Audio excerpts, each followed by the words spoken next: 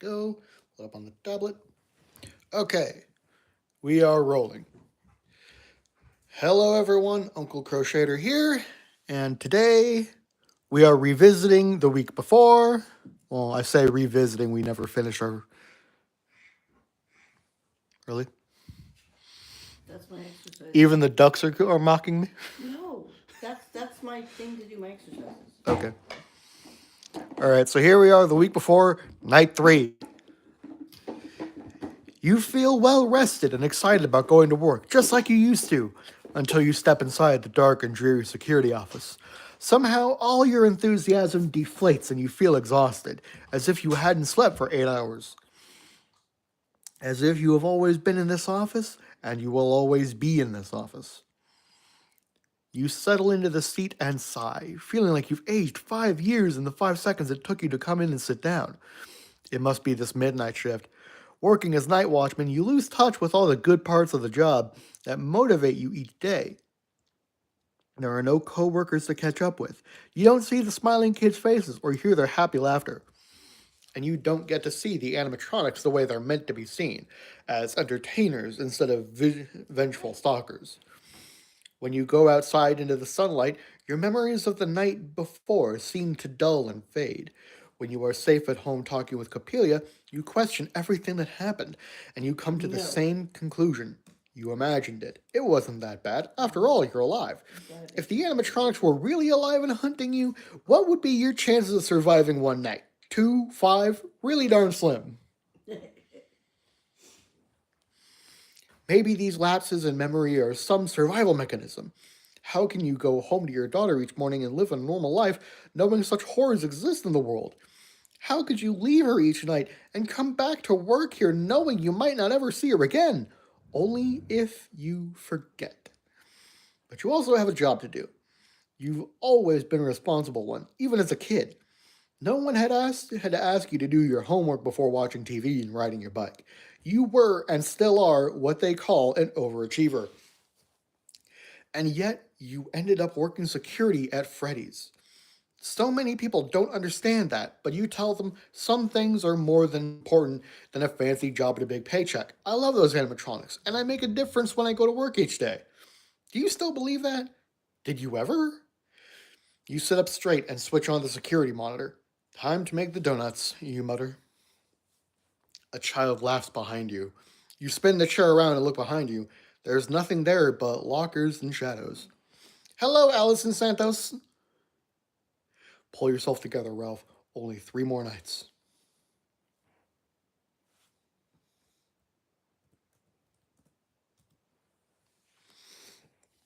You begin as you always do, pushing buttons. You cycle through Hi, maybe. You cycle through all the camera feeds on the monitors, and everything is copacetic. Shaquarius Johnson, you are entitled to your opinion, but some of us like this game. Everything is copacetic until you hit the party rooms. What the? You lean closer to the jittery video screen. A table and chairs have been overturned in party room 2, and there is a large dark puddle on the floor. The window in the far wall is broken. A crushed paper party hat lies in the hallway outside. This is why we don't have more windows. Everyone always wants to schedule their parties in party room 2 because it has one of the few windows in the restaurant. But the moment you saw it, you knew it was a big security risk. Kids are always breaking in on a dare, though no one has ever gotten inside before. Someone has to clean up that mess in party room 2. You put your finger on your nose. Not it, you say. You sigh. This security job has more janitorial duties than you expected. You need supplies from the closet in the West Hall to mop the floor and board up the window. And you should locate that intruder before they break anything else. Or get themselves hurt. Should we head to the supply closet, check the West Hall camera, check the supply closet camera, or check the cameras for intruders? Check all the fucking cameras. We're not leaving without checking all the fucking cameras. I don't care what order we do it in, all the fucking cameras have to be checked.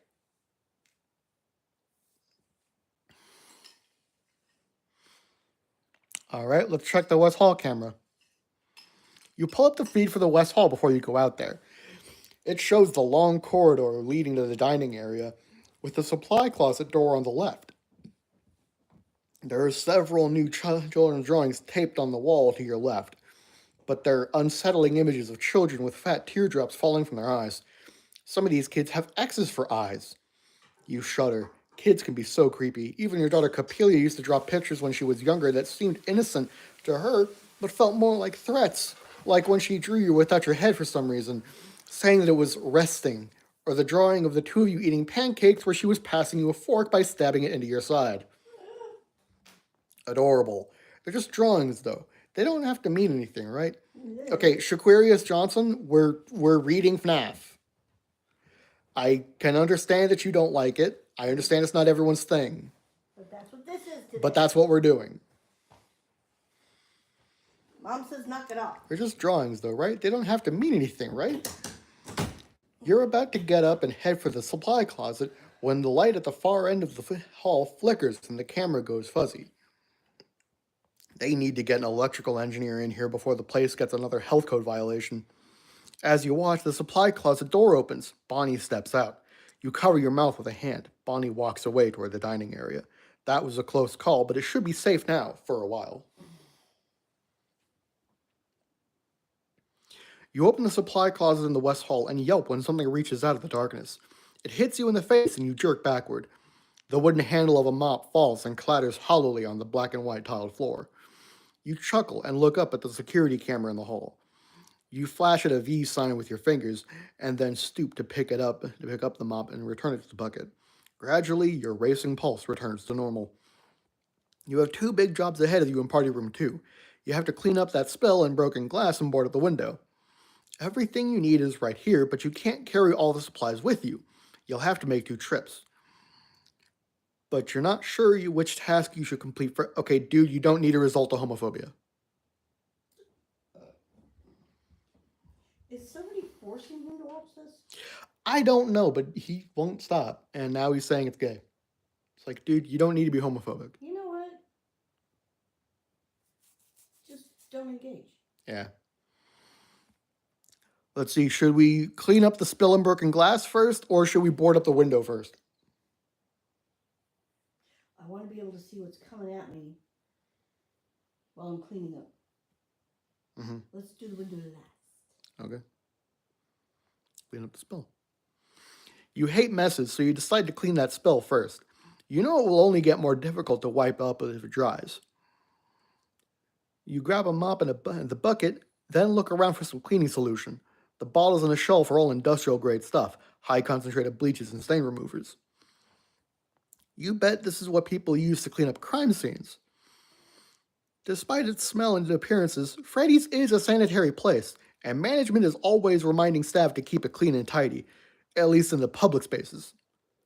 You kick the crumpled piece of paper someone has left in the closet and roll your eyes. But you want to set a better example, so you pick up the paper and smooth it out. It's an old newspaper clipping with an ominous headline. Kids vanish at local pizzeria. Bodies not found. You hastily ball up the article again and toss it into the trash where it belongs. Those poor children, you think. Their poor parents. You heft a jumbo bottle of bleach. It's heavy and a lot to juggle with the mop in the bucket. Should you fill the bucket here and carry the bottle to Party Room 2 with everything else? Should we fill the bucket here or fill the bucket in the party room? Just fill it here. You empty the bottle of bleach and your eyes tear up from the fumes. You pour in pine-scented cleaner, hoping it will help dilute the potent mixture and make things smell a little nicer. You're about to lug the full bucket into the hall when you hear footsteps approach. Big, heavy steps. Bonnie could be coming back. You shut the door and wait silently inside the closet for the footsteps to pass. Your eyes, nostrils, and throat are burning. You stifle a cough. The footsteps proceed down the hall toward the security office. Good thing you aren't in there right now. You might be able to sneak out and get to the dining area without being noticed. You have to take the chance because the bucket looks like it's smoking. Acrid fumes rise up. You blink, barely able to see anymore. It feels like ice picks are being stabbed into your pupils. You try to open the door, but it's stuck. You push on it hard, bracing yourself up against the back wall. Bottles fall from the shelves all around you and the mop tumbles. The bucket tips over, and the floor is flooded with a poisonous cleaning product. You cough and cover your mouth.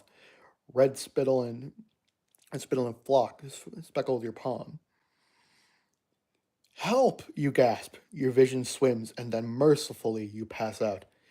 In games or not, you should never mix household chemicals, ever. Fair enough. Okay, let's try that again.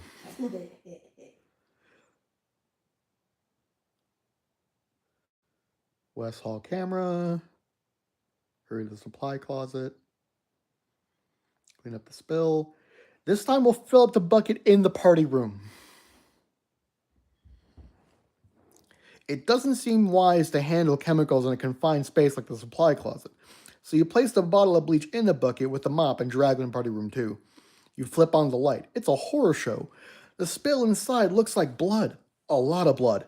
It smells like blood too, a bitter metallic scent that you can almost taste like copper. You gag and then throw up your dinner. Now you have an even bigger mess to clean up. You empty the jug of bleach into the bucket and get to work, mopping up the blood and vomit. The stench and fumes might be overpowering if not for the shattered window in the far wall, which lets in fresh air. Even though you hate bodily fluids when they're outside the body, where they shouldn't ever be, find you enjoy work like this. When you're done, the floor is clean and no one would ever be able to tell that some person or some animal lost a catastrophic amount of life-giving blood in this room. If there's no evidence, it may as well have never happened. Management would be pleased. You're so busy admiring your handiwork, you don't hear the footsteps until they're almost right outside. Should we hide under the table, leave through the open window? Yay! Leave through the open window at this point. Just put something over the damn thing so we don't slice ourselves open. You race toward the broken window and catch Chica's reflection in a sliver of glass remaining in the frame as you dive outside. You roll in the dirt and shards of glass slice your hands, but you clamber to your feet and run away from the restaurant. You make it maybe 30 feet before something grabs you from behind. You tumble and see a blur of yellow fur and Chica's chicken feet. She's spattered in blood, but you aren't sure if it came from whoever broke into the restaurant or from you. You've always told the night watchman it isn't safe to leave in the middle of the night. It's better to wait until the end of their shift, but you didn't really know why. Just repeating what management told you, and they supposedly have a good reason for everything. This is what happens when you break the rules. You have only yourself to blame, but it's a shame that Capelia will have to suffer for your incompetence. At best, you'll end up another newspaper headline. At worst, Fazbear Entertainment will cover all this up and your daughter will never know what happened to you. If there's no evidence, it never happened. You think Chica's going to drag you back into the restaurant, but instead she carries you into the woods. This might go even more badly than you thought. For everyone. Game over. I don't know what to tell you, dude. Okay.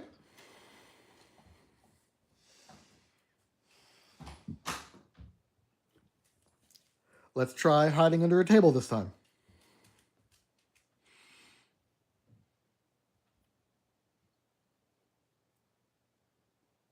Hide under a table. You duck under a table and peer out from under the striped tablecloth. You recognize Chica's chicken legs, but they're spattered with red like a greasy Jackson Pollock painting.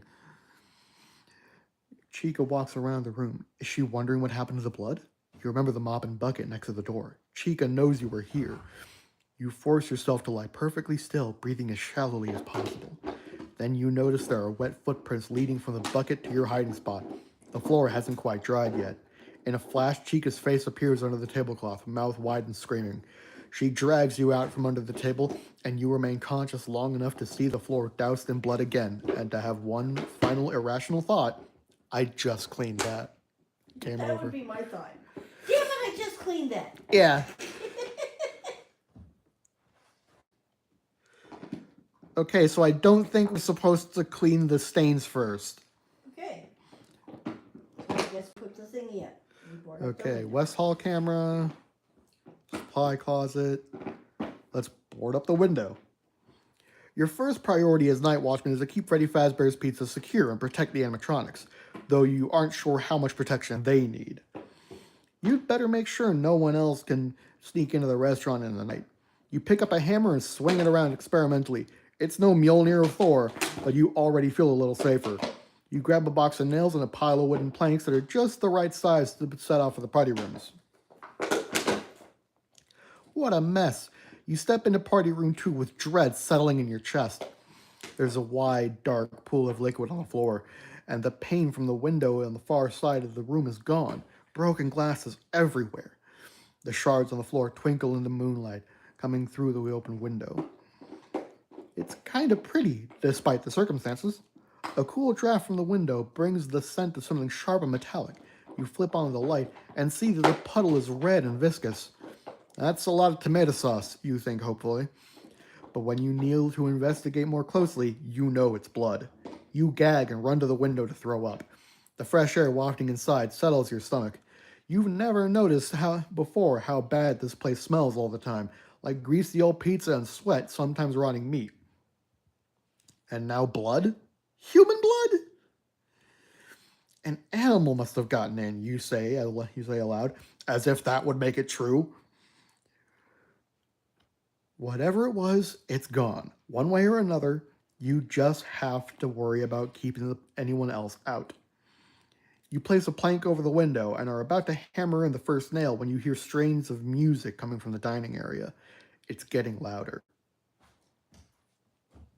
Should we board up the window quickly or climb out the window? Oh, don't ask me this time. You listen. Okay, well, we know that we shouldn't climb out the window. And we know we shouldn't board off the window, and we know we shouldn't clean the floor, so...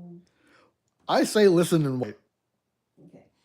Music of unknown origin in the middle of the night feels ominous. Right now isn't the time to move or make noise.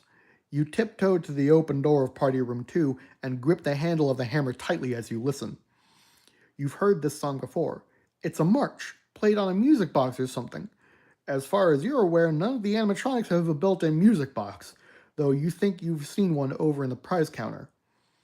The music comes closer and closer and closer, then it moves past the party rooms and fades. You risk a peek around the open doorway and see Freddy Fazbear walking away, microphone in hand. You choke back a gasp. It's the first time you've seen Freddy out like this, on his own. You were beginning to wonder if he'd ever step off that stage. Now you're worried about what finally drew him out. At least he's gone, for now. You board up the window quickly, straining to hear whether Freddy or any of the others are approaching. Now that the task is done, there's still all that blood to clean up. So much blood. But you've also been away from the cameras for too long. Maybe you should swing by the security office first to check in. Mm-hmm. I'ma say go to the security office. Go to safety. Freddy went toward the show stage on the west end of the dining area, so you stick to the east side. You plan to return to the security office via the east hall before continuing on to the supply closet to finish your task for the night. But as you pass the kitchen, you think again about the intruder who broke into the party room and lost a lot of blood. The only place they could be hiding is in the kitchen, since the camera is only transmitting audio. It's on your way. Maybe you should duck in there to check things out.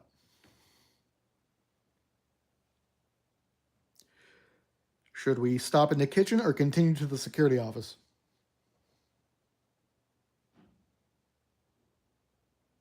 Go to the security fucking office and get safe. You make it back to the security office without encountering any more animatronics. But you don't get comfortable. You can't stay long with that bloody mess in party room 2. But there's always time to sweep the cameras for trouble. Freddy is missing from the stage, but Bonnie and Chica are back there already. Chica has stains around her mouth, but the black and white video makes it hard to identify what it is. Could be frosting from the cupcake she found in the kitchen. Yeah, that must be what it is. Even Foxy is still hiding out in Pirate Cove. This night has been feeling off, and you reason it's because the first night Freddy has gone wandering. It's possible that the other animatronics are lying low tonight to give him some room to explore. They're not afraid of him, are they? You can't pick up Freddy on any of the cameras, but you do hear his music playing in the kitchen. It's a popular spot tonight. Satisfied that you're taking only a minimal risk as long as you steer clear of Freddy's music, you stop by the supply closet for a second time tonight. You grab a mop, some cleaning products, and a bucket. Something rattles inside the bucket. You steel yourself for something traumatic, like a dismembered body part or some small dead animal, and look inside. Let me see. A pink water pistol is at the bottom of the bucket. It's the kind of toy they give away at the prize counter if you turn in enough tickets.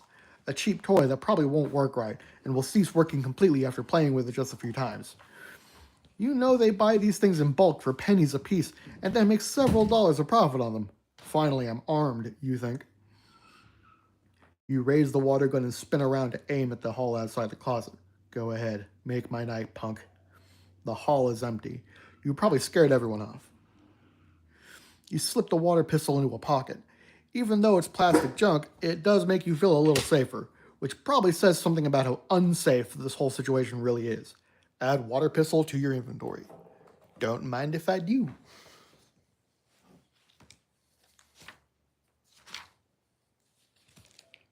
Water pistol.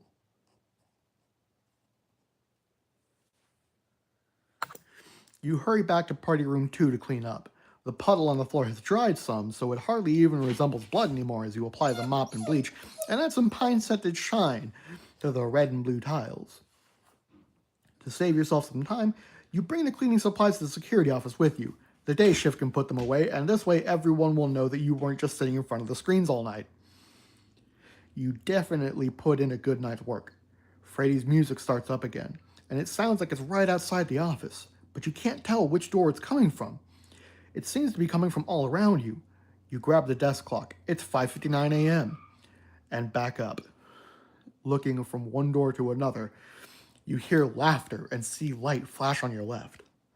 Freddy's eyes and mouth are strobing white light like a demented jack-o'-lantern while the song continues playing as if there's a music box in his head. The song is almost over, and you don't know what will happen then. The clock flips over to 6 a.m., and you immediately hold it out in front of you. It's 6 a.m., Freddy, go back to your stage! You shout, 6 a.m.! To your surprise, the music stops, and Freddy does in fact slink off.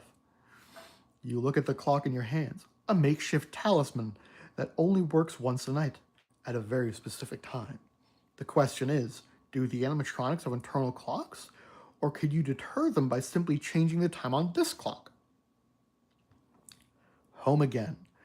You stop in the kitchen and wash your hands vigorously under the hottest water you can stand for 2 minutes. And they still don't feel clean. This last night has left a mark on you that you don't think will ever come out. You head to your daughter's room and run into her in the hall, already dressed for school. Capelia has bags under her eyes. No. You look at each other for a moment and then she wraps you in a tight hug. You okay? She whispers. Her voice trembles. I'm alive, you laugh, but neither of you find it funny. Are you okay? Why are you up so early? I didn't sleep well. The two of you walk back into the kitchen together. She holds onto your arm. Someone called last night looking for you. Who? When? She didn't say. She called a minute after you left, hoping to catch you. Did she leave a message?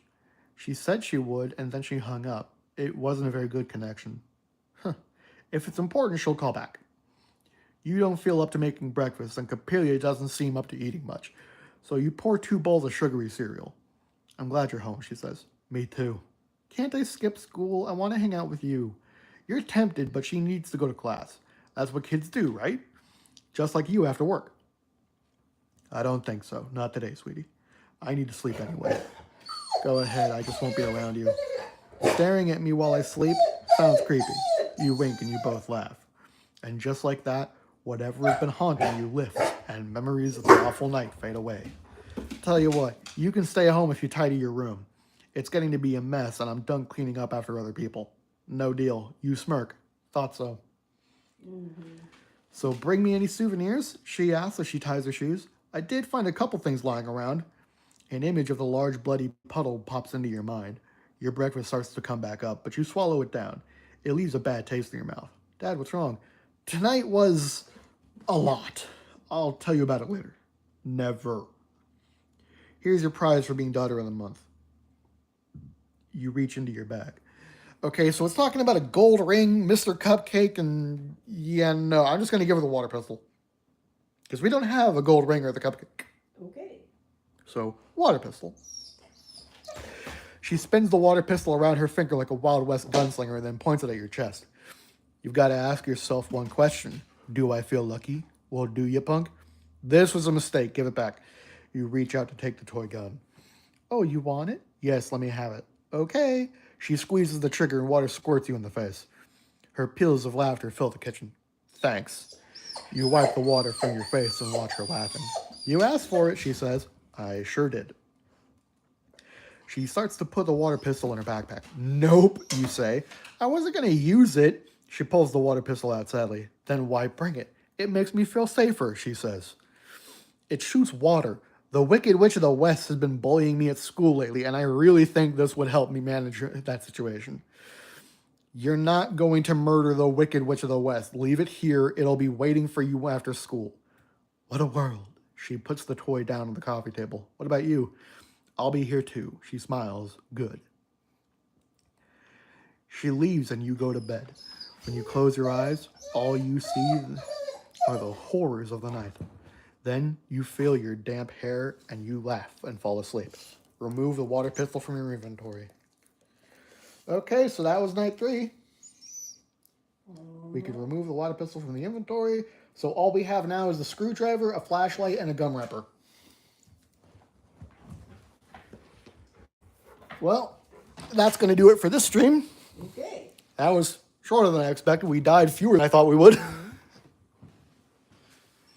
All right. Well, we will see you guys next time.